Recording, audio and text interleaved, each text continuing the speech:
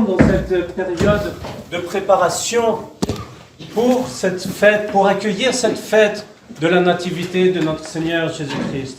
Et nous voyons à travers ce passage de l'Évangile toute cette importance de la prière. En effet, nous voyons que cet aveugle qui, d'une certaine façon, reconnaît que Jésus est notre Seigneur Jésus-Christ et Dieu lui-même, va avoir cette prière de supplication, comme nous la connaissons à travers cette tradition des pères. Seigneur Jésus-Christ, Fils de Dieu, aie pitié de moi. Voilà la première prière que nous apprenons à travers ce texte. Mais nous voyons que ce n'est pas tout. Ce n'est pas juste cette supplication, c'est aussi de rendre grâce à Dieu. Rendre grâce à Dieu pour tous ses bienfaits. Et c'est pour cela que, à travers la tradition de la liturgie, dans notre tradition orthodoxe, nous voyons toujours ces deux prières.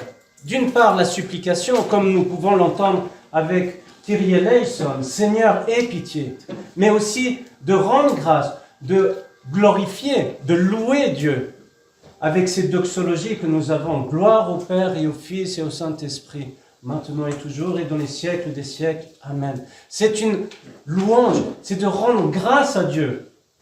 Et nous voyons que c'est important. Nous voyons à travers cet exemple des 10 lépreux, seulement un seul lépreux est revenu pour rendre grâce à Dieu.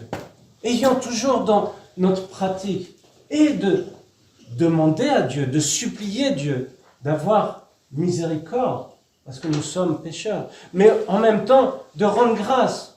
Et c'est ça finalement, d'une certaine façon, cette possibilité d'ouvrir nos yeux.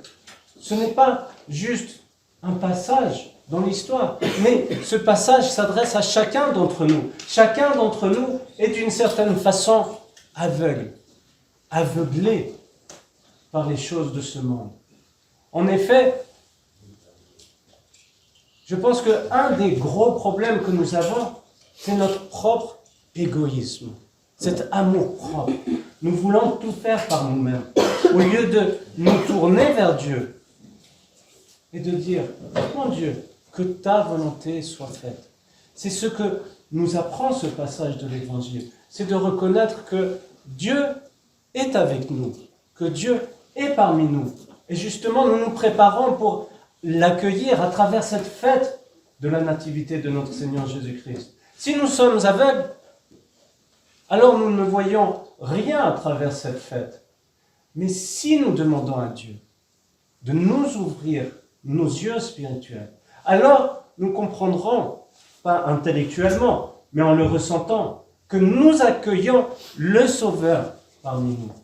Alors ayez cette envie d'être à la rencontre de Dieu.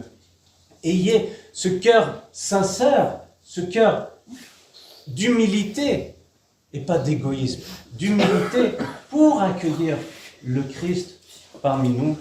Amen.